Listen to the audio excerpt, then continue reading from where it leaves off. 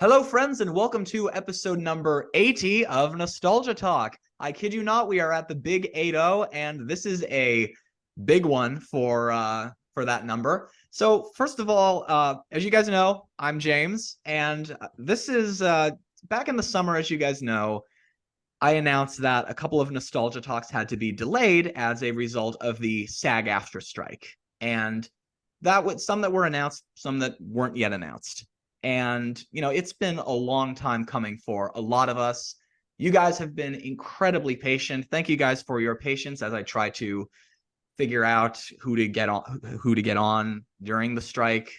But yeah, the strike is over and some of those shows are now going to be happening. So for episode number 80, please welcome Kaitlyn Robrock. Hello, everybody. Thank you for tuning in. I love that. Now, for anybody who doesn't know, Kaitlyn is a voice actress who is well known as Felicia Sundew in the Disney Channel series Amphibia. How do She you do, was. everybody? Hey, Felicia. Oh, it's so nice to see you, James. Are you going to stop by the tea shop? Perhaps. Do you make bubble tea? I love bubble tea. I do, but just remember to bring money. She was also in Mr. Pickles doing various characters and Oh, yeah, was. I like that one. That one was the best. She did a lot of English dubbing for the anime series JoJo's Bizarre Adventure. Mm-hmm. She was in Thundercats Roar and is most well known these days as the current voice actress of the iconic Disney character Minnie Mouse. Oh, Can I just say you're nailing the Minnie Mouse voice? Like it. oh, wonderful. And I'm sure, as you can all hear, as I've told James, you get the prestige of hearing my morning voice with my aligners in. So it'll be a real joy. Well, it's Kaitlyn and I have been talking about this for quite a while. We actually finalized it and it was announced on Nostalgia Talk's social media back in June, but then the actors strike happened and Yeah. How was your strike? Boy, wasn't that fun. It was intense. There were a lot of really hot days that we're picketing in, finding supplies to bring to those picket lines. That way people can keep going, keep that energy going. And I think for the most part, we had a lot of successes with it. There are still some other things that I would personally like to kind of revisit, but usually these contracts are like 2 or 3 years. And then we kind of go back to the drawing board and see, is there anything that definitely worked? Anything that didn't quite work? Should we adjust it? So any advances or even roadblocks, we can always address further down the line. And hopefully it won't be the super major strike, because this was a big one. And it was Yeah, right on the we don't heels of need the to go writer's through this strike, too. crap again. Yeah, I'd rather not. But we also have to do what's best for our careers. Otherwise, we'll have none. Yeah, like there's people who are on hold whose names I can't mention, but one of them in particular, I actually was talking to. Like I had sent out a message, and the day after I sent the email, the strike was announced. Mm-hmm. And I didn't really realize that meant that they weren't allowed to promote their work, because I'm in Canada. Like we've never had anything this major happen here. Like the show that I was working on was delayed, and understandably so. But I didn't realize that it meant that the actors weren't allowed to promote their work as well. And then I hear from you and the anonymous person whose name I can't say, and the messages were, we're gonna have to wait. And I was like, oh, okay. I was a little surprised because I didn't realize that, but part of being a podcast host is just accepting the way that it is. A lot of it can come down to what projects are being struck versus what can you talk about with your career. But sometimes they're so tightly tied together, you don't want to take any risks. And with a strike, I've never been involved in a strike before where I was an active member of the union. So I figured just, play it safe, because the strike absolutely will end, and then we can continue on with our extracurriculars. Right. And I went to HalCon, which is our fan convention here, and there were actors there like Chad Michael Murray from One Tree Hill and Sullivan's Crossing, and I met him. Who else was there? Ruth Connell from Supernatural, and they actually asked us, no questions with the actors about specific projects. They were signing pictures from those projects. They just were very cautious about what you could talk about, what you couldn't talk about. And so naturally, I just went up to these people and I said, "Hi, I'm James," and that kind of a thing. And we just got to know each other from there without discussing their work. Yeah. It kind of comes down to semantics, where conventions are okay because I had already signed off on all my contracts for conventions. Mm-hmm. And when we participate, we sell our autograph regardless of the item that's being autographed. That's why they always say, you can bring your own personal things. It does not exactly matter what we sign, as we're selling the signature itself. So if it's prints from different shows or different characters, that's kind of a freebie, because it would be no different than like, I'm going to bring my DVD to get signed. Mm-hmm. So it's just the very specifics about it. That way it protects everybody involved. Mm-hmm. So let's begin with, how did you become interested in voice acting? It's such a fun story. Okay. Um, I always got in trouble in school for making fun of other kids by doing their voices or just being snarky. And I kind of learned what acting itself was when I saw Hook back in 1992, because my brother, or 91, I think, and my brother worked so hard to convince me to go see Hook for my birthday movie treat when we were on a Christmas vacation, instead of Beauty and the Beast, which is what I really wanted to see. But he worked on it all day and finally convinced me we're going to go see something that's not a cartoon. How dare he? Number one. But it paid off because it was such a phenomenal movie to my little 8-year-old brain. And that's kind of how I was introduced to Robin Williams. And I realized, like, I want to do what he's doing. He's making me laugh. He's pretending he's an adult who wants to be a kid again. It was just kind of the perfect mix of, what do I like about being myself presented to others.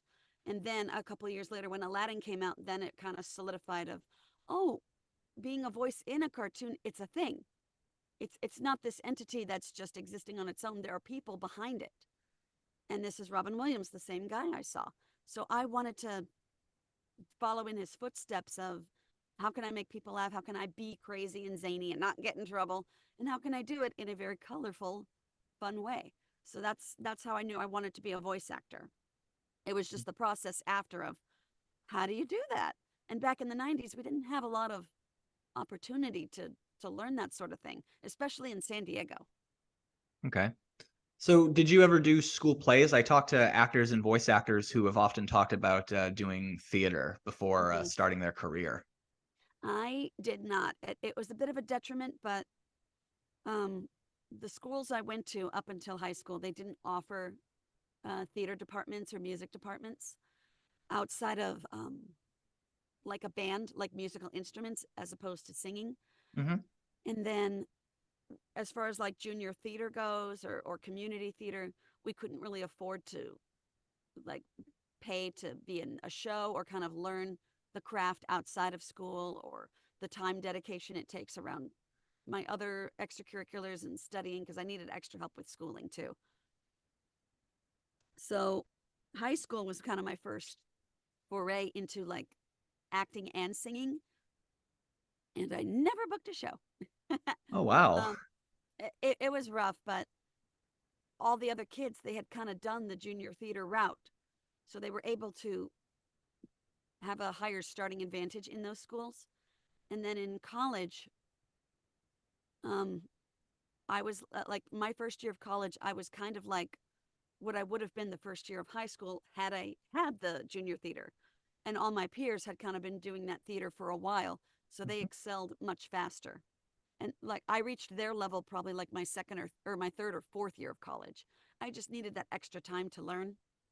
Mm-hmm. And it definitely paid off. I think theater training is the best acting training for voiceover, because you have to learn how to perform for the back of the house, especially if they can't see your face, they can't see your body very well. You're just kind of a colorful blur on stage. So your voice needs to deliver as much of the story as your costume and your blocking do. Mm-hmm. And singing, of course, always helps. So do you remember the first ever voice acting gig that you did? I had done. I helped out a friend with a drunk driving PSA, Oh, and then wow. my very first, Like as an announcer for it? kind of like when incarcerated persons were going through their programs to be rehabilitated from any alcohol abuse. It was kind of a narrator of here are the steps to helping yourself reclaim that sense of self. Here's how you can distract yourself if you start getting temptations. Here's resources you can go to if you find yourself faltering. Um, really, just kind of that community program to help you bridge out so you can come back to society because it's a it's a disease, and you definitely need help coming back from something like that for any type of substance abuse. Hmm. And then the first kind of voiceover gig was doing voiceover for the Disney theme parks. Oh, So I had cool. taken lots of workshops and classes and clinics and looking to meet people in the community and bridge those connections. And I met with the head of casting and directing for Imagineering over for Disneyland in particular. So we did voiceover for safety spiels for like Tokyo Disneyland or Tokyo Disney Sea, some loop group audio that they use as background voices you'll hear on Buena Vista Street or Hollywood Studios and Animal Kingdom out in Disney World. And then one of my personal favorites was in Disneyland Paris. They remastered their It's a Small World, and they Hmm. used as much of the OG material from Disneyland that they could, but some stuff was married to the old music, some of the sound effects, so they could not utilize the original yodeling voice from Disneyland's version. So I went in and did the yodeling for the little Swiss doll that you see when you're on the ride. That way they could put it to the remastered music. Oh, that's cool. It's so fun. I've seen some videos on YouTube of like the ride through videos where someone will film the ride experience. And when they get to Even though certain I don't think parts, that's allowed. you can actually, it is Oh, you okay to can? do that Okay. because it's free advertising. Okay. And if you see something on a video, it is smaller visual, lesser quality, but you may never get to Disneyland Paris and you want to see what this ride's about. So this is an opportunity to see what they get to see in person. And then if it's really engaging or really exciting, that's going to make you want to travel to the park all the more to see it up close and in person. So they had like Wow. the Runaway Railway ride out in Hollywood Studios in Disney World. And we watched a video and like, this is so cool. We're getting it at Disneyland. So you can bet all of us wanted to go ride it the minute it opened so we could experience it. Even though we've seen it, we want to live it. So I definitely want to go to Paris and live my little yodeling dreams.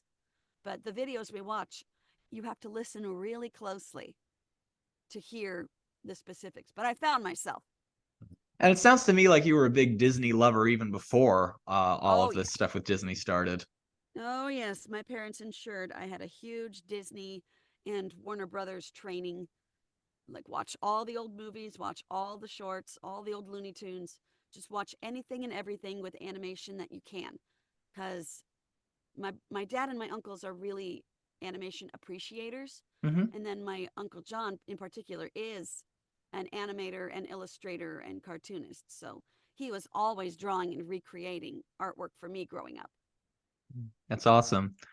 So how did you get to be part of Mr. Pickles? You've gotten to do quite a few like one-off characters on that show. So how is it that you got to be a part of it? Ooh, okay, story time.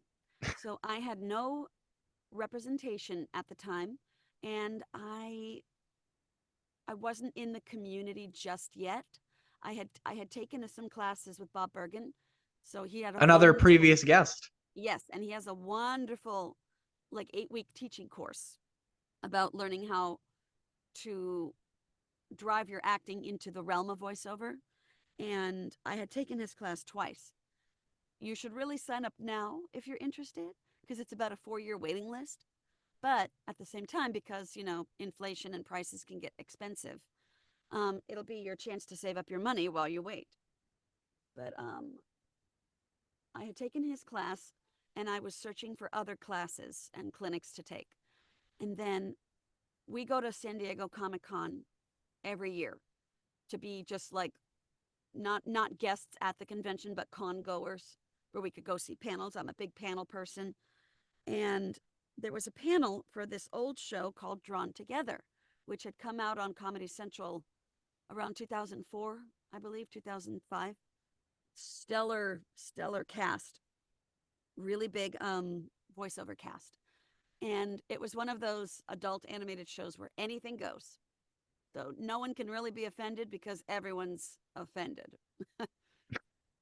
And they were doing a panel at Comic-Con for a direct-to-DVD movie they were making. And we all went to the panel to support the project and to support Jess Harnell, who was a friend of mine that I had met from going to these conventions. Or I should say, like, we knew him and he knew us, and it was a very nice acquaintanceship. So we go to support him, and they were talking in the panel about they were going to do a contest, and the winner of the contest will be drawn into the movie at some point, and then you'll get to have a Ooh. voiceover line.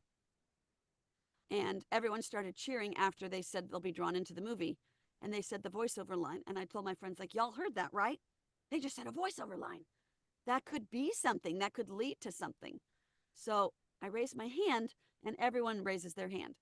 And Cree Summer picked somebody, and Tara Strong picked somebody.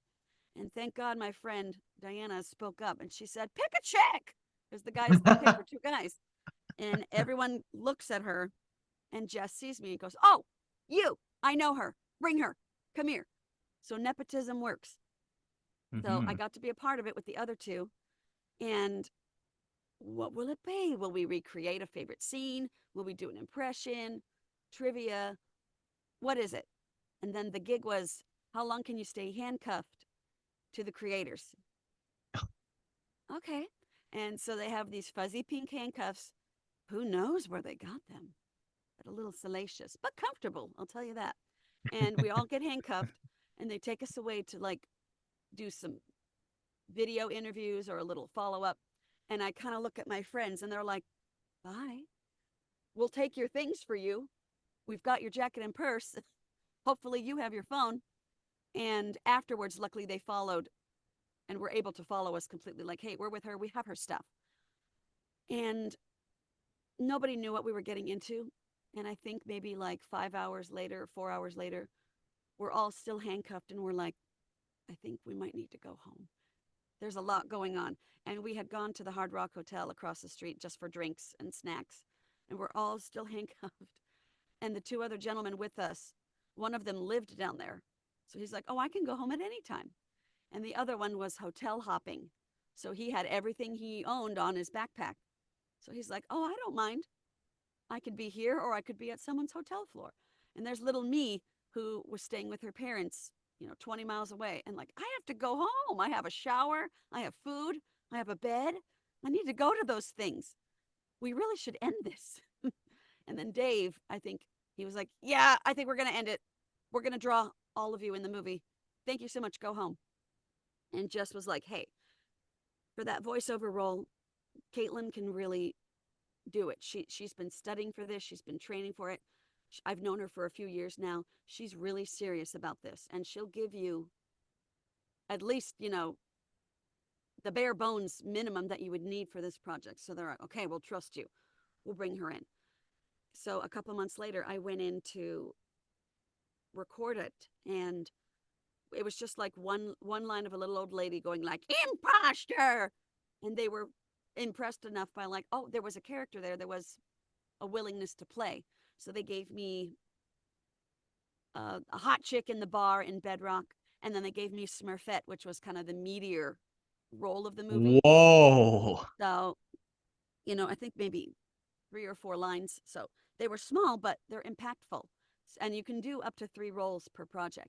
So I did all 3 of those roles, and they tried to Taft-Hartley me into the SAG-AFTRA union. Didn't fly. But I still had that experience, and I had that credit. And I still keep in touch with the creators. So they're real dear to me. And they brought me in to read for another pitched show they had called Coffin Dodgers. And it was between me and Jennifer Tilly. Who's going to get the role? Jennifer Tilly. But I think I made an impact on the people at the callback Hmm. outside of Matt and Dave, because they passed my name over to the head of creative comedic development, who then passed my name over to the Mr. Pickles team, who was going through their auditions. And I got a direct reach out like, Walter Newman would like you to read for this. Who's Walter Newman? What do you mean the head of Adult Swim? Like, I didn't know any of these people, but I'll definitely go to this invited audition. And it was for their pilot. And I read for the mom and the girlfriend. And they, as I was leaving, they said, "Do you do a little boy voice?" And I said, I do this one, which is much better than what you just heard. I promise. So have me back for a part 2, James, and you'll get the real Kaitlyn experience. I think it's just this weather. It's been beating me Well, up. it's funny that you mention doing male voices because I do you know Laura Faye Smith? I've heard that name, yes. Okay, Rosalina from Mario. She's a friend of mine who was a past guest on the show, and she did the male version of Kana in one of the anime series. I think it was Fire Emblem Fates. I'm very new to Uh-huh. anime, and she has often said that a lot of the time she does get cast as male characters, and we see that Yes. with Tara Strong with Timmy Turner as well, and Yes. E.G. Daily with Tommy Pickles on Rugrats. Yeah. From definitely like from babyhood to preteens, women have really strong little boy voices in their repertoire. Hmm. And I would say even into their teens, just depending like what your vocal type is. Lots of women with kind of alto voices, they succeed very well up to the late teens, male characters. Alana Ubach is a phenomenal one. I just really appreciate her work a lot. Um, and Tress McNeil, she does one of the older teens on The On The Simpsons. Simpsons, that's right. Yeah. So it's definitely strong foothold, adult mindset acting, and you can keep them on basically forever. Because a lot of shows that utilize real kids, they'll have to recast every couple of years as the kids get older. Hmm. And it just depends, like, is that something they're willing to do? Because they are getting the most organic sound with using actual kids, actual preteens, actual teenagers. So there's definitely a wealth of quality in that. They just kind of have the other end of like, it'll only last for so long. Keep an eye on it. And then if you want stagnancy, not stagnancy, consistency all the way through, using the female voices. And there's just some amazing women out there. Georgie Kidder sounds exactly like my godson used to sound when he was 8, and it's a mind trip. So she does a lot of work. She's very very very good at what she does. Um, and so I did the boy voice for them at Mr. Pickles, and then a few weeks later I got the word like, hey, they've cast you as the girlfriend, who only was in that first episode, and as the lead boy Tommy. So I treated myself to Soup Plantation back when that was around, a big, big meal. And then the mother went to Brooke Shields. Oh, So that nice. makes sense. Oh, she was a hoot. Like, I never would have thought she would do a role like this, but her character's so innocent that it works. And then Tommy was so innocent that there was no like worries about that affecting me further down the line. Like, no voiceover role should really affect you from other work further down the line unless the subject matter is really problematic. And I can't really think of anything that isn't like meant to be an adult animated show on Netflix. There's murder or gore or something, adult themes. But these are just roles. So if someone does, like the young lady who does Laura Bailey, I believe is her name, and she did the character in The Last of Us Part 2 that had a very impactful role on the game. And people were harassing her or sending her death threats, and Oh this is my just a God. job. This is just a job. She absolutely did not do the actions of this character in real life. She wouldn't. This I appreciate the passion that fans have for video games, especially, and animated shows and anime and films, but there's a line, and the internet and the anonymity of the internet makes people think the line isn't there. We're like, Hmm. oh, I was just joking. She just did such a good job. It made me mad. Like, it's still not acceptable. But that's kind of where sometimes these roles go. Hmm. And you just can't do that, or it's going to drive all your favorite people away. Hmm. The parasocial relationship is not there. Yeah. But we did Mr. Pickles. for almost 10 years. Oh, wow. I believe 2012 to 2022. Mhm. Um, the universe that we worked in. And I had that, so that was my first big breakthrough was Mr. Pickles. And then I had met my friend Lee while working at Disneyland, and she introduced me to Bill Farmer, who made my first animation demo, and Jess Harnell's friends made my first commercial demo. So I had two demos and I had a show. So, and Bill really liked just the raw ability I had. It definitely needed polishing, and it needed like guidance towards the strongest choices, especially in the field of animation. But he felt confident in me enough to present me to our agent at AVO Talent, Sandy and Peter. And so I got a private audition, and they said, we're going to sign you on for commercials, and please continue to work on your animation. We'd like to submit you for those things too. And that was in like December of 2012. So here we are, 11 years and some change later. I've booked one commercial ever. And I think I have like 50 animated projects now. So it's a little ironic, but I'm very happy in the animation world. That's And great. commercials are, I do love doing them, and I feel confident with those. It's just such a wide pool of talent out there. And if you, it's nice work if you can get it, but the main job of any voice actor or any actor is the audition. And then booking the gig is the cherry on top. And if you're lucky, you can book enough gigs to make it your career or to be sustainable. I'm incredibly, incredibly blessed. That's not, I don't want to use that word. I'm very, very lucky and very, very humble and appreciative that I have Minnie, because she's gonna help me through life. But I still Aw. love doing other animated roles, other commercials, other looping or video games. I still love doing that as the career, but I'm very grateful for Minnie and the consistency that she is. And not everybody gets something like that. Mhm. So I always tell people, there's no shame in having a second job, the 9 to 5. I worked at Disneyland all the way up till from 2003, all the way up till the pandemic. And I juggled both that and Minnie those first 6 months, just so you can know you're feeding your family, you're paying your rent, you're paying your bills. Do what you have to do to book work. To keep going. Yeah. Keep going. Yeah. Hmm. I'm And glad you mentioned. Oh, I'm sorry. Go ahead. oh no, I was just going to say, like, all those things is how I got my first agent, and then that's been my progression ever since. That's all. Oh, I'm glad you brought up Bill Farmer because, and for any of the listeners who don't know, Bill Farmer is also one of the voices of one of the most iconic Disney characters of all time, Goofy, as well as Pluto. I've met Bill before. He's a very nice man, very funny guy, and he is on Amphibia, and that actually led. Yes. That's right, and that led into my next question. How did you get the role of Felicia Sundew? Is that one that you auditioned for? Yes. Okay. All of my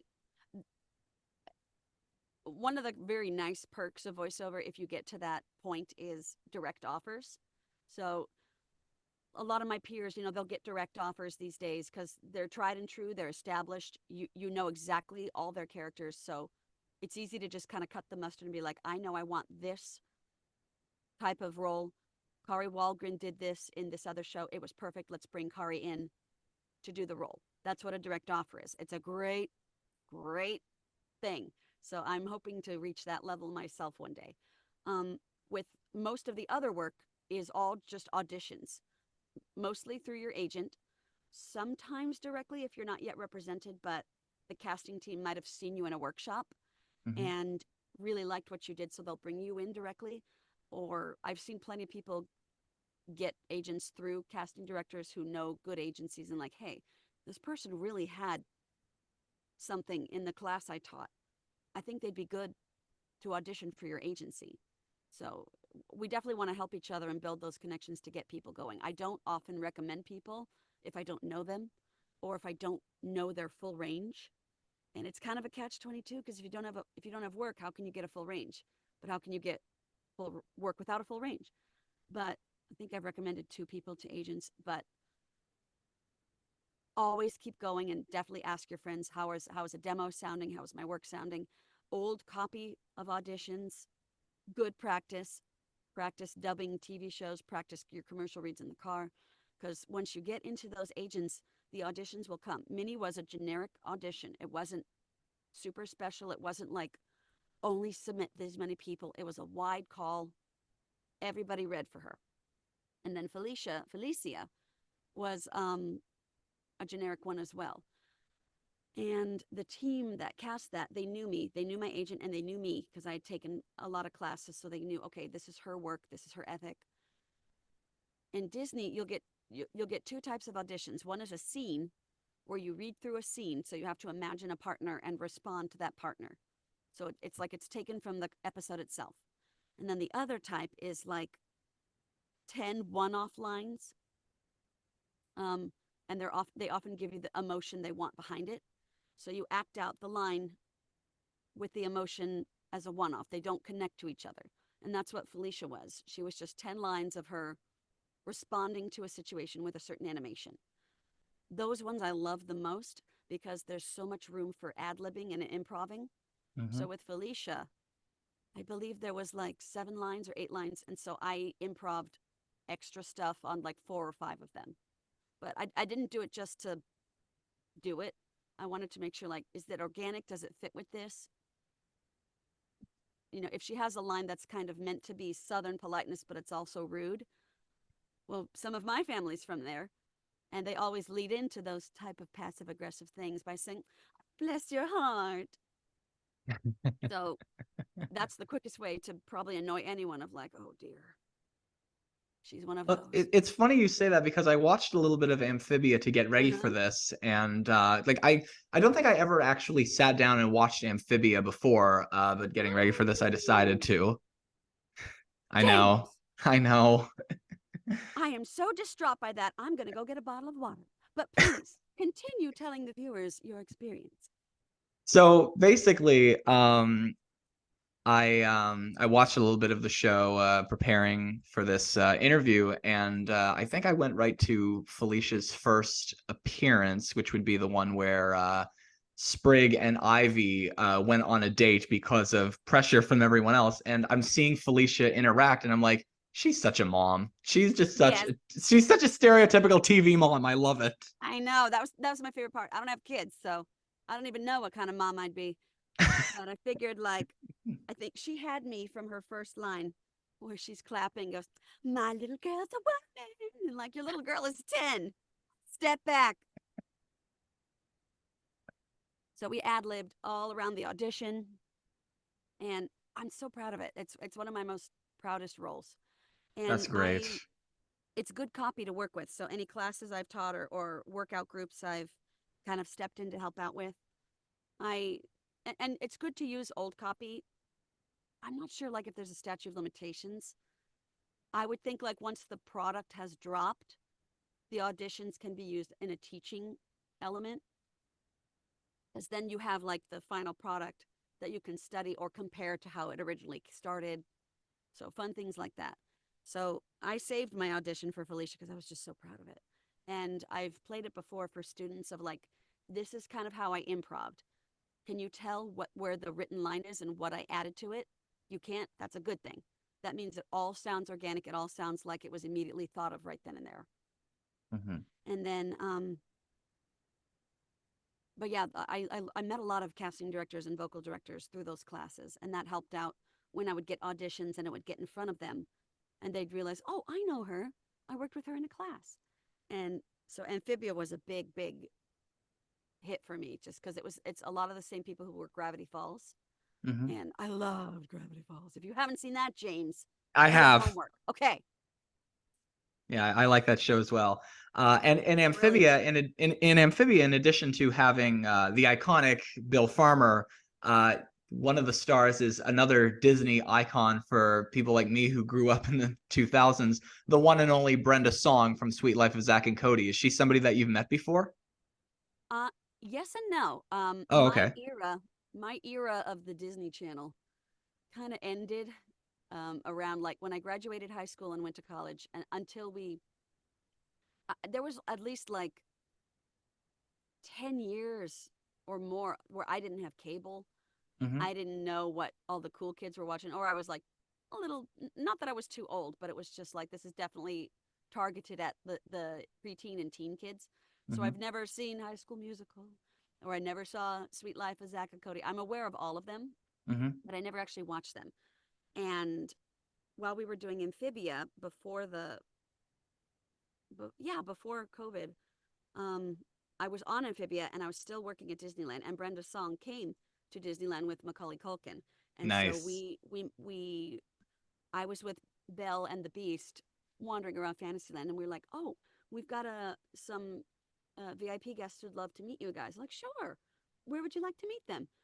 And we met them just kind of right out in front of the gate, and they walked up, and I was like, wait, I recognize this lady. I've seen her face.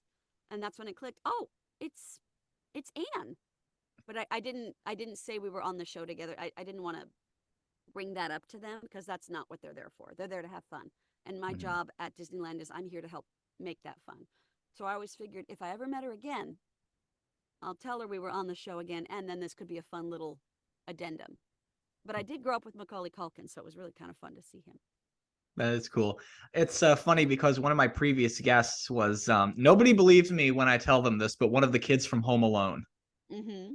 And There's when two. that Because his little brother was in it too, right? Kieran? that's yeah, yeah, Kieran Culkin was in that as well, but it was one of the older kids, Oh, is there an Tracy. older kid? Okay. Because I She know she Macaulay, I know Kieran, she and was I the know one with like the big 90s puffed up hairdo. that was his sister. Oh, That in the was movie, in the movie. one Okay, of I thought you meant like a Culkin sister.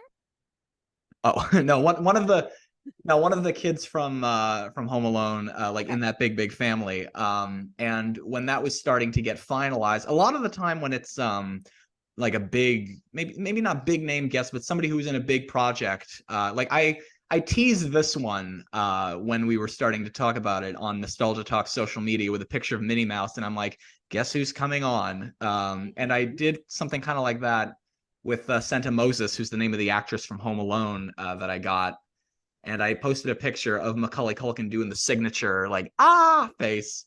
And I said, Yeah. we got a special guest coming to Nostalgia Talk. And leave a comment with your guesses, but I'll give you a hint. It's not Macaulay Culkin.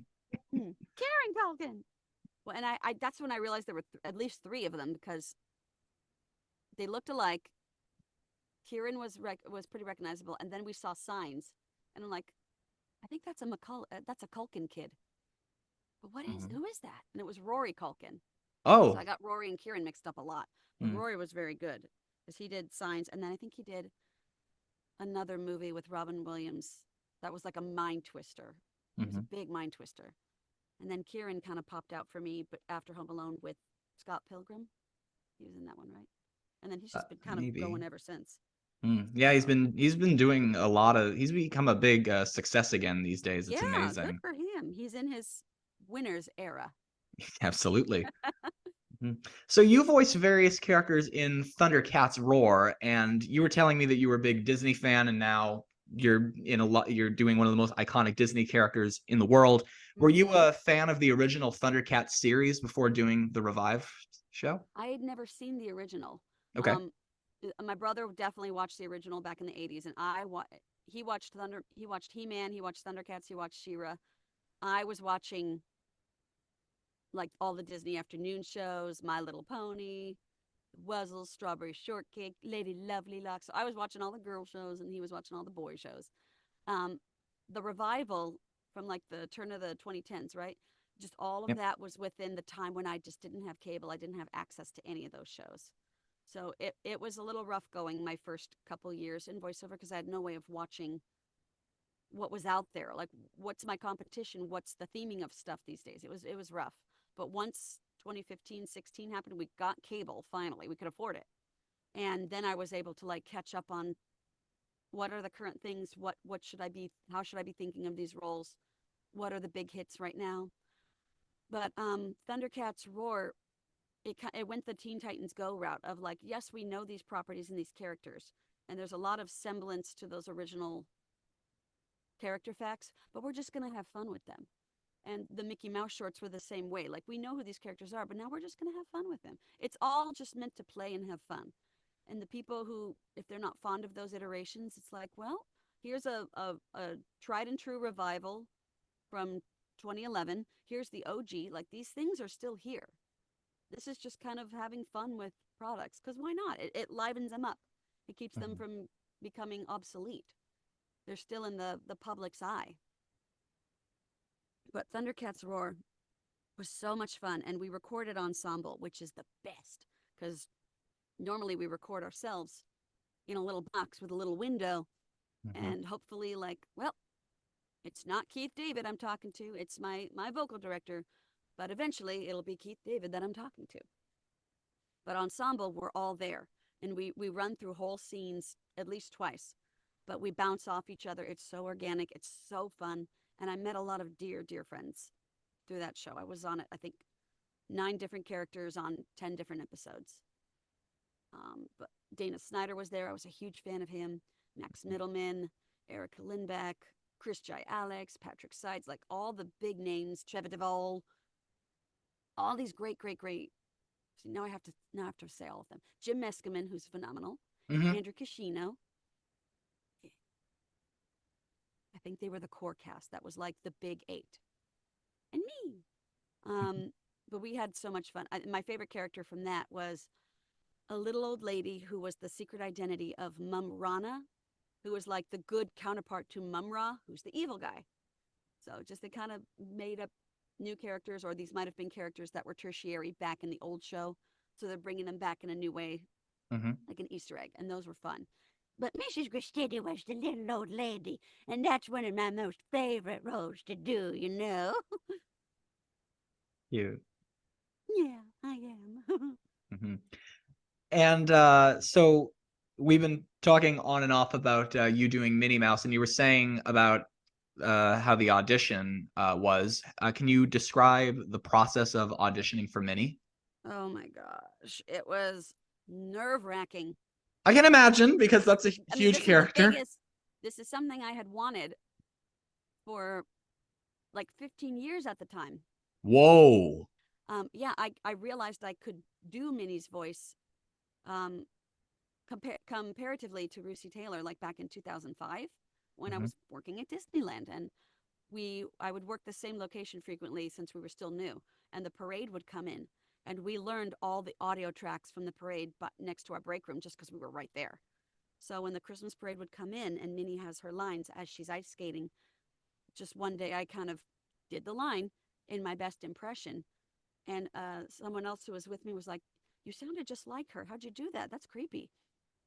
And I didn't really think anything of it. I just kind of did it. But from Mhm. that point on, I was aware, like, okay, I'm matching the sound, but all my training after that, it teaches you, matching the sound or having a great voice for voiceover is only a small part of it. You have to be an actor, because how many roles did they recast with someone who sounds exactly like the original, but their performance is kind of dead or emotionless, or they're not connecting? Whereas they cast somebody who isn't sounding exactly like the OG, but their character and their acting is exactly what the character needs to be, and you're engaged again. And eventually you get used to the newer sound, and it's not a problem anymore because the acting is there. They've brought you into that world. That is the most important. But I wanted to have both, because that's how you do it, kid. So I just practiced for years, listening to clips on YouTube or renting any Disney products that were on DVD that she was involved in. And I just kept practicing and practicing. And I had taken some workshops with like the voice matching team at Character Voices for Disney, completely separately, just to kind of see what they were like, see what they looked for when it comes to voice matching. And I met Renee that way. And I'd known Ben for many years when I came to town, who they're all part of the department. And Ben in particular had said when I was brand new to town, like 2010 or earlier, he was saying, like, I understand your passion for this character, which is a great thing. And I've no doubt if you can sound like her, you can. But I can't give you guidance or any type of advice involving this, as it's a conflict of interest for him as a Disney employee. And he was very good friends with all the character voices. You don't want to acknowledge someone that could, in theory, take a role away. They wouldn't do that. Like they stick with one person, and I certainly didn't want the impression of like, oh, I'm gunning for the job. I'm going to take it. Absolutely not. I just wondered, like, what are the best steps I can take to give myself the best option? And then when the time comes, you sink or swim. And who knows when that would be. And he had said, like, the best I can say is just keep practicing on your own. Have your friends listen to you to compare original to you. Keep it on the down low because it's something you don't want getting around town because it could be misunderstood or you could get a false reputation for wanting to replace somebody. Just if it's meant to be, it'll happen. Just keep believing in yourself and keep making it your special thing inside you. And I took that very seriously. So I never told anybody. Like my parents knew, he knew, Bob Bergen knew, Marilyn Wisner knew, just because they were my mentors since I came to town. So it's like I tell them everything. So I had a very, very small group of people who kind of knew this was a dream of mine. And then here, 15 years later, Brucey unexpectedly passed away. Mm-hmm. And it was, I needed like a day or two just Yeah, because I remember when it happened. I went yeah. out with my sister. My sister asked me, I'm going out with a couple of my friends. Would you like to come with us? And I think my sister and about how many of us were there? 1, 2, 3, 4, 5, I think. My sister and one of them were going to get snacks, and about 3 of us stayed behind. And I was Mhm. on my phone, and I see something on Twitter. It said Russi Taylor, the voice of Minnie Mouse, has died. And I was like, wait, what? And my Mhm. sister comes back because my sister's friends are all kind of around me looking at my phone. My sister comes back and she's like, what's going on? And I said, the voice of Minnie Mouse just passed away. Yeah. And when someone's really important to you, a public figure, it's one of those things like, where were you when this happened? Mm-hmm. We all remember, well, for the most part, we all remember where we were on 9/11, or my parents remember where were they when the president was assassinated or the Challenger exploded, the big events. And Mm-hmm. so I certainly remember exactly where I was and what I was doing when I heard Russi passed and when Wayne passed 10 years prior. Mm-hmm. And it's daunting just because, tragedies occur or just like life happens. And how do you go on from that? So I knew my agent knew that I wanted the opportunity when it came. I didn't say a word to her. I didn't say a word to Bob. And people said, like, are you going to talk to Bob about it? And I said, no, I'm not going to talk to anybody about it. She has just passed away. There needs to be a time for grieving and a time for respectfulness. And there were a lot of women in town who, the day they heard, they emailed other people in the community. Do you have a connection to Disney? Can you listen to my practice reel? Like jumping Oh right on it. my And God. it was like, That is one of the last sweetie. things anybody should be doing.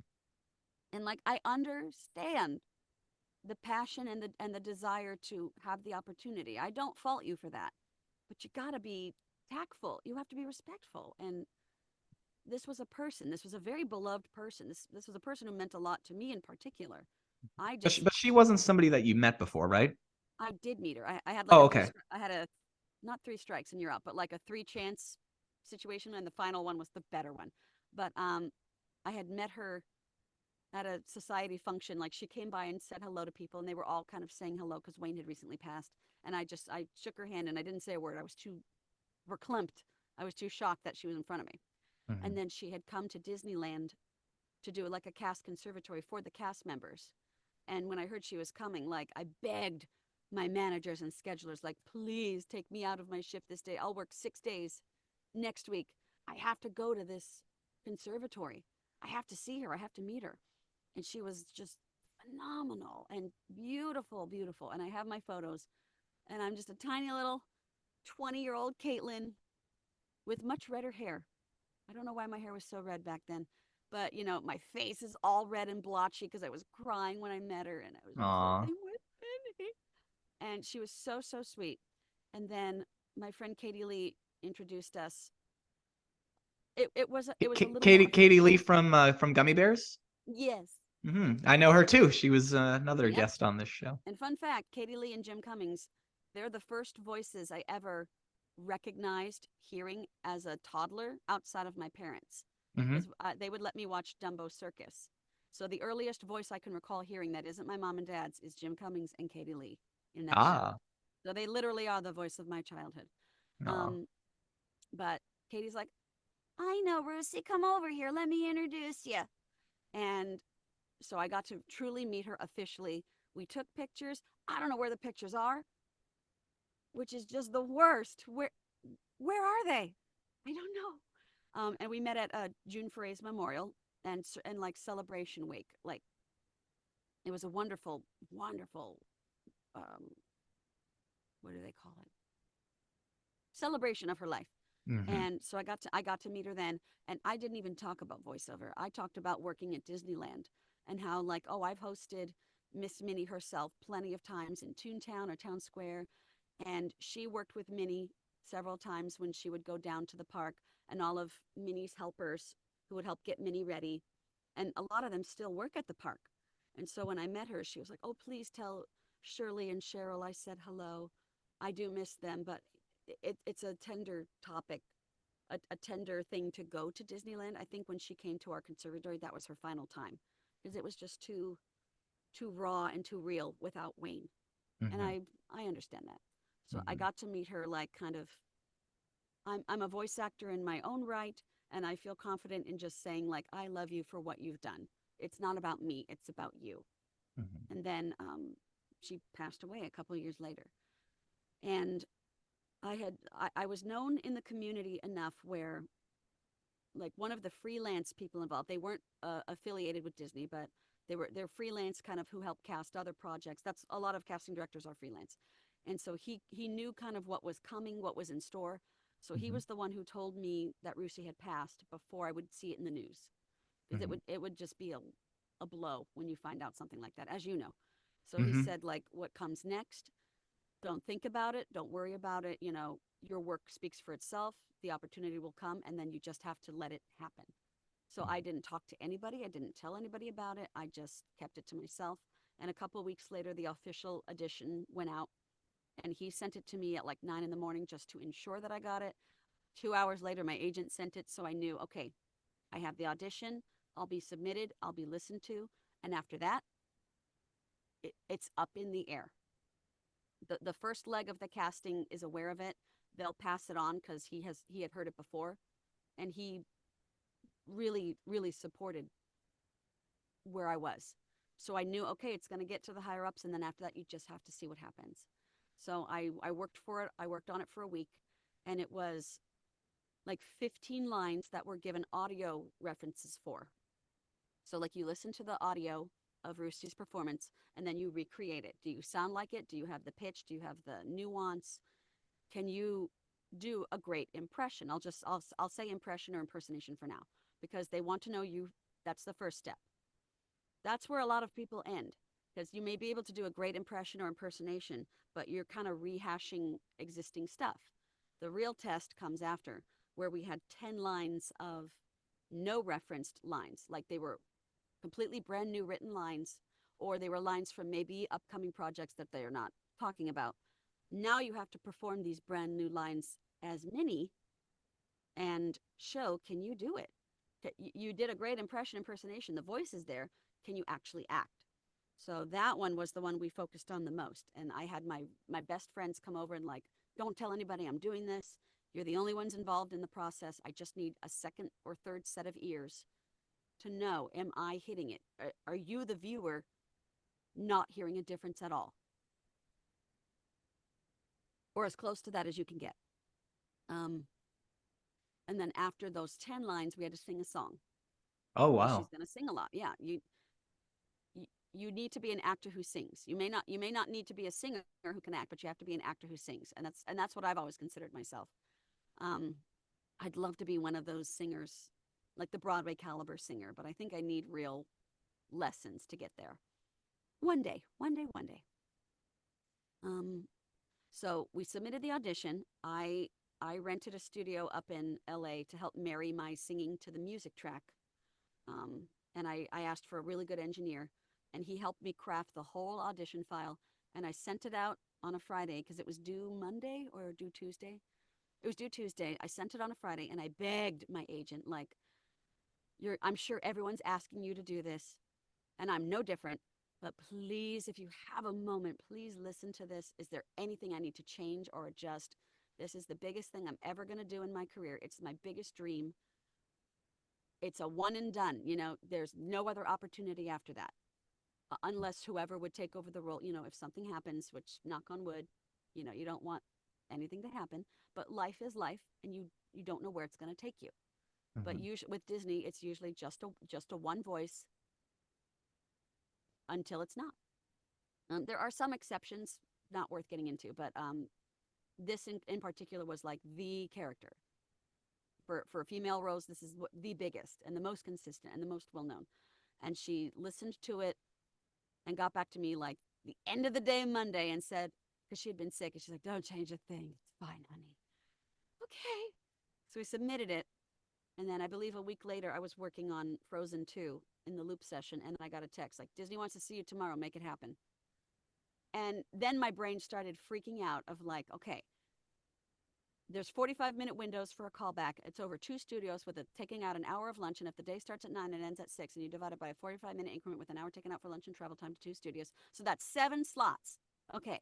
So there might be 7 people on day 1. They saw me that day.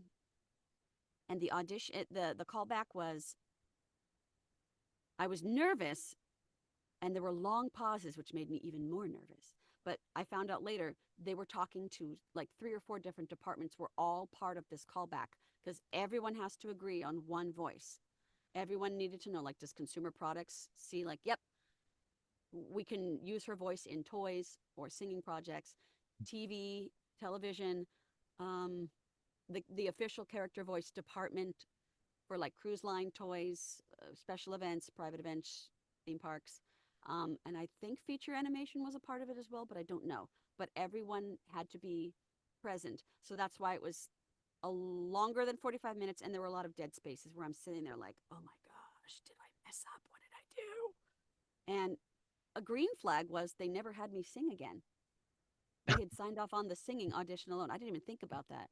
But we focused on the lines, and I was very focused on the small nuances that Rusi had that made Minnie so unique. Like, she scoops into words, she scoops under words, she's got some fun little squeaks, she crackles into her vowels, she says her M's very nasally in her N's.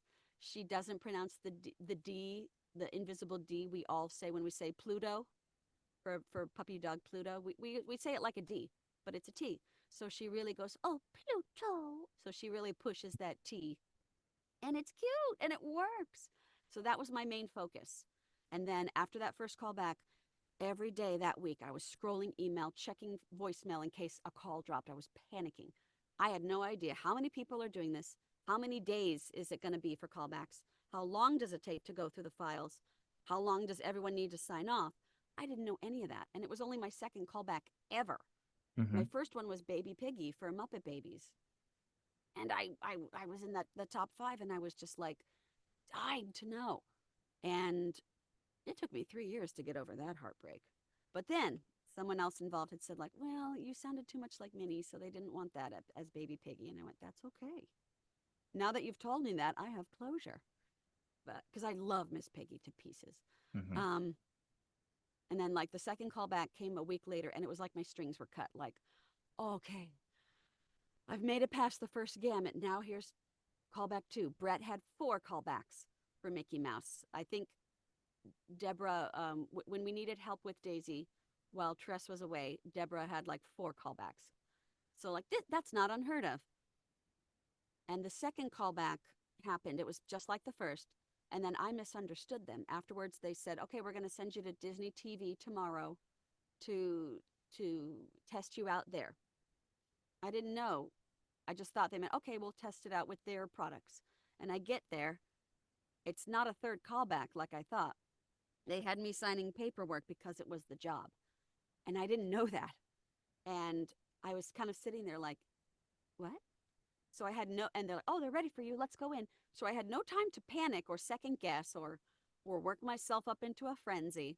But I also didn't have the moment of like, you got it. Like, I didn't get the call from my agent. Congratulations, sweetie. I didn't get to like, I didn't have any of that. And it's not that I needed it, but it was just like, it's a yes. I got a yes. I'm allowed to do this. It was just such a weird, surreal feeling. And I just kind of floated in the room, and we did our first projects, and there was all these people in the room. Half of them I'd never seen before, and I've never seen since. Oh, Yeah. wow. Everybody wanted to come see, like, you found someone in 3 weeks. All these other characters, it takes them months to lock down. What do you mean you found somebody in 3 weeks? And my vocal director Kelly was there, who I had worked with on a different callback, so he did recognize me. The engineer who worked with us all through the callback, so she knew me. Two of the heads of Disney Television casting who knew me, and I knew them. So, like, here's the 4 people I know. The other 10 I don't know. And they were the showrunners for current projects, about to be announced projects, they were involved in all the current and upcoming things, and they wanted to see me. And then the people in the suits, those fancy suits, they left halfway through the audition. They didn't say a word. They were in there and then they left. And I was like, what was that about? Holy. Someone else said, like, oh yeah, they were the ones who didn't believe that they found somebody in 3 weeks. They're from higher up. Like higher up, since this is a company brand ambassador. This is a face to the company. It's a voice to the company. Minnie and Mickey have to be protected and have to be a certain way. They're kind of just there to make sure, is what we heard true? And halfway through, they're like, oh, okay, we're fine with her. And they left. But they didn't say anything like that. They just left. And I started freaking out even more. Like, did I drive you away? You haven't even heard me sing. Oh, I laugh now. But at the time, I was definitely like, I don't know what I'm going to do. And after we were done, I came out. I shook hands with the people I knew. I kind of did a cute little bow, and I thanked everybody. Like, thank you for having me. This was an absolute dream come true. You've made my whole week. Have a wonderful rest of your week. Safe drive home. Take care. Thank you. Bye. Get myself out of there, so I don't linger. And I drive home, and I call my mom, and I call my friends, and like, well, I got it, but I didn't know I got it until today. I don't know how to feel. And Thomas is like, you're going to go eat something that you really love. That's how you feel. So I bought like $20 worth of Chipotle, and I think a bottle of Martinelli's grape juice, sparkling grape juice for me. And I think, and I binge watch Parks and Recs. So I had a night of it. I had a me party, and I kept that under wraps for a year until my first project debuted, where I had the official credit. Because everything up till that point was still Rusey, and then I kind of helped fill in the gaps that had been left behind while she was fighting her battle with cancer. So it was all additional voice stuff, or Secret Marriage, and then eventually I took over, and that's where we are. And I always tell myself every day, like, remember Rusey, remember what she brought to it, remember how she sounds. There's a few moments where it's like, this is how Kaitlyn reacts, definitely. And they've made it into some final products, which gives me a giggle, because it kind of changes Minnie's element a little without taking away from her core being, the things we love about her as an audience. So that's always my goal. So anyone who says like, no, I don't like it, or there's a problem, like, completely valid. I'll never exactly sound like her, but my goal is to give you the best, closest experience I can, because we all loved her. We all You're doing a great job with it. I appreciate you. Thank you so much. Mm. And you can never replace someone as great as Rusey, but we can keep the legacy alive that she created by honoring her and honoring what she brought to the role and honoring Minnie herself. And, if I'm adding extra sparks, that's just kind of how today's modern times are. But she is timeless. Mm-hmm. And it's important to just remember, like, she's a character that's always there for you from birth till death. Adults love Minnie, kids love Minnie. And I saw that all the time working at Disneyland. So I knew exactly how important these characters are, how integral they are to some people's happiness. So I take that job very seriously. Well, talking about what a classic character Minnie is, she's been around for, God, 95 years, it seems. That's this so... will be 96. And that's so unheard of. I mean, like, well, maybe not unheard of, but like, it's it's amazing that that character is still popular. And again, you're doing a phenomenal job with that character. You did a great job in that short film Once Upon a Studio, by the way. Oh man, what a treat. Hmm. Like that, like you all watched House of Mouse out there, right? It's like House of Mouse. They're all Yeah. together. Yeah, They're playing I with each remember other. asking my Right. parents if we could go to the House of Mouse for supper when I was Yeah. little. Little did I realize that it was not a real thing. But I know. There were some damn, fun moments in House of Mouse, absolutely. and like more of that. If we can do more of that, that'd be Hmm. so much fun. Well, And I lo- I've heard rumblings of some little things that they'll see if it could happen or if it could work out. You oh, never. So it'd be great if it can. I understand if it can't, but you never know. Like Once Upon a Studio was a perfect environment where this kind of dream can come true. So yeah. it just depends what's the right environment. Is everyone on board? You never know what the future will hold. But Hmm. I'm all for a big world like that in some fashion. Hmm. So, what are some of your favorite classic Minnie Mouse moments? Um, totally Minnie. That's the very first thing I ever saw with Minnie in the 80s. I think I was 5, maybe 4, but I remembered totally Minnie. And that was when she was a fully realized character. The 80s are obviously the best decade. And I had her CD, and I would sing the Don't Go Breaking My Heart that she would sing with Elton John. So my goal is for me and one of my best friends, I want to dress up like Minnie and Elton John from that music video for like Halloween. I just need to find a way to get a pink leisure suit with thick black blocking. So if anyone knows a costumer or a seamstress or seamster, please let me know. I might be able to help you out with that. I work. I'm dying. I've saved all these pictures, and it's like, okay, the next time I find a yellow skirt, I'll get that. Ooh, are these those white ruffle socks? When you bend the sock down and there's the ruffle. Where's a pink high heel? Just collect little pieces. Find a massive bow, and probably like the Mickey Mouse ears from the park. That way, I can add a bow to them. Hmm. So So before this year for sure, I'm gonna make it happen. Hmm. So before we wrap it up with a fan question, we were talking earlier about JoJo's Bizarre Adventure, which you did the dubbing for. Do you Yep. find dubbing difficult? Because like I watched Spirited Away and Howl's Moving Castle, Oh, and they're both my favorite. great films. And they're so well written. And Yes. like I'm watching the way that the characters talk. Of course, it's one thing to listen to the lines, but it's another thing to actually watch their mouths move. And it's not because it was done internationally, it's not like the American lines are not exactly in sync. So do you find dubbing a little bit more difficult? Initially, it is, yeah, because Okay. dubbing, like you definitely want the line that's translated to end where the line in Japanese ends, so the mouth flaps line up starting and closing. But sometimes, if they have a really big mouth sound in the middle of their line, you have to make sure that however you've translated it, whichever word lines up with that kind of time code, make sure you respond with an open mouth to match it correctly. So if it was an ah sound, but you do an sound, it may not match quite as well if the mouths don't open it. So kind of cheat by saying ah instead of and that's just little technical details. But Kind of the like with a more Boston dubbing, accent. a Boston accent, but the more I did it, the easier it got, and like basically try to memorize the line that you're going to dub. That way you can watch the screen, start talking, and know when to end. It takes a take or two, maybe 3, but eventually it gets pretty good. And a lot of studios have like a rhythm band that goes under it. So when like follow the bouncing ball. So when the Yes. words start lighting up, that's how you know when to talk. And it'll speed up or slow down depending how they've translated it to be officially dubbed. So you just watch the band, and when it starts to slow, you slow down, and then when it picks up, you pick up, and then it will guide you to the end of the line. It's a really great tool. Not a lot of studios use it that I've seen, but the ones that do, I love it. It definitely helps.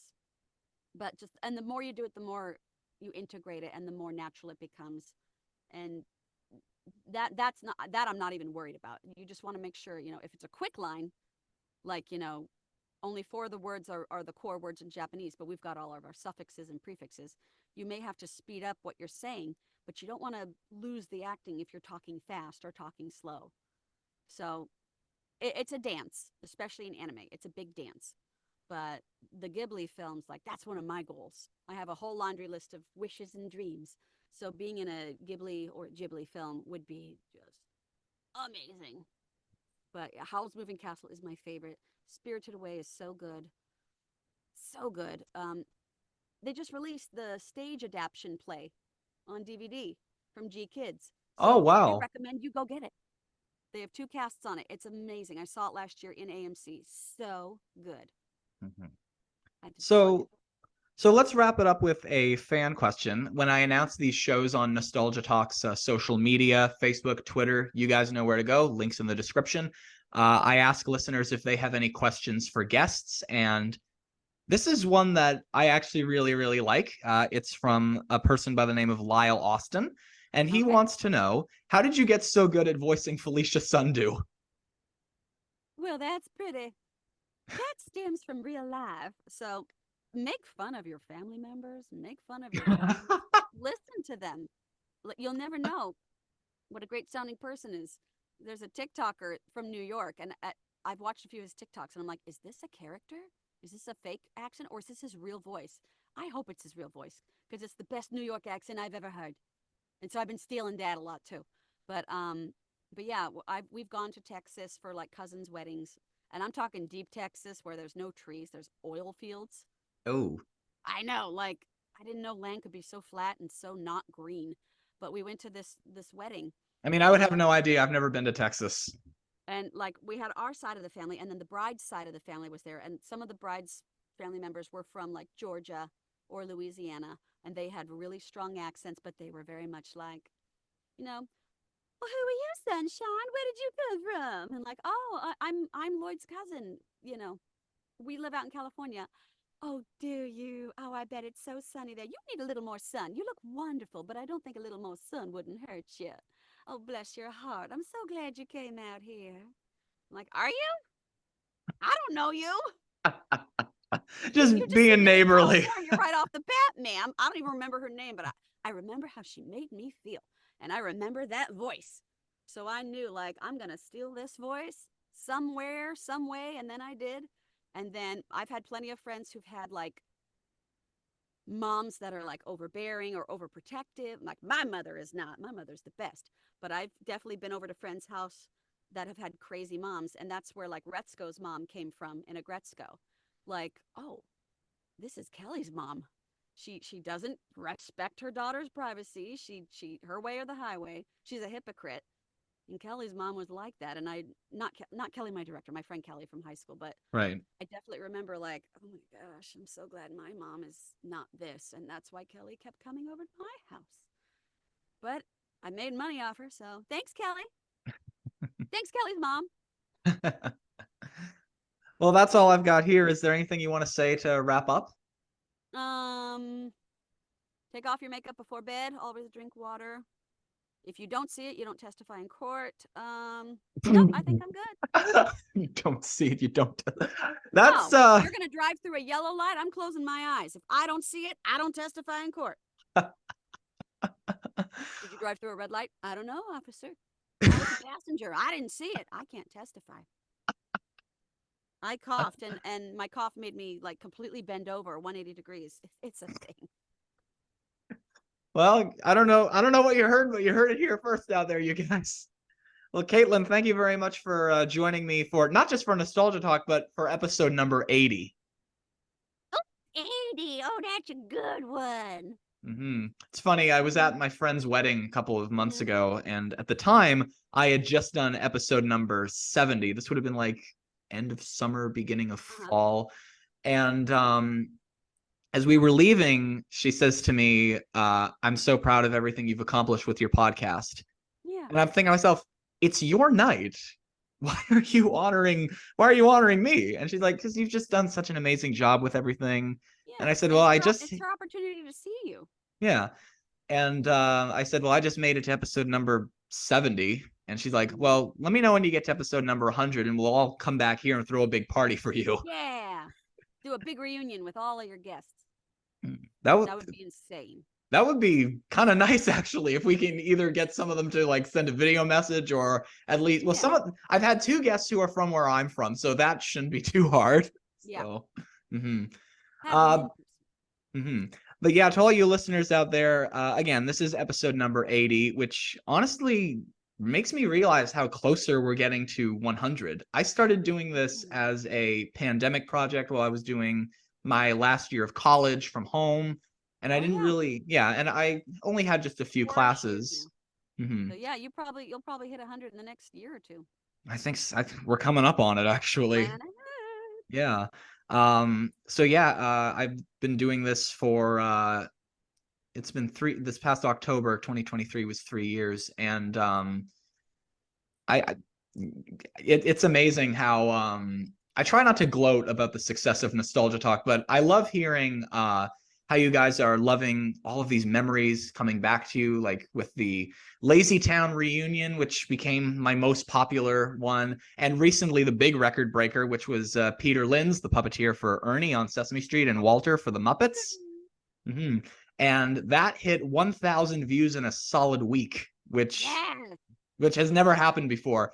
So I've been very fortunate enough to have gotten to have spoken to a lot of great people. Of course, Peter and the Lazy Town cast, and of course Kaitlyn, but also people like Austin Pendleton, one of my favorite actors. Yes, the famous Austin Pendleton. One of the kids from Home Alone. The voice of Donald Duck, Daniel Ross. The voice of Porky Pig and Tweety, Bob Bergen. Fran Brill, who was one of the original Sesame Street puppeteers. She did Prairie Dawn and Zoe. Louise Gold from The Muppet Show. You know, it's been quite the journey, and we're not going anywhere yet. Stay tuned for episode number 81. And regarding upcoming shows that were put on hold because of the strikes, we are in communication about rescheduling. It might take a while for some. I didn't reach out to anybody right away when the strikes ended because I knew that the strike just ended. They're going to want to get back to work. So I decided to wait a little while. But we are starting to communicate. I will say this, one got canceled. I am hopeful that it just didn't work out. The timing didn't work out. But I'm hopeful that eventually that'll get up off the ground. But if you want to hear who's coming up on Nostalgia Talk, you guys know where to go. Links in the description for social media pages. And I will see you for episode number 81. Peace out.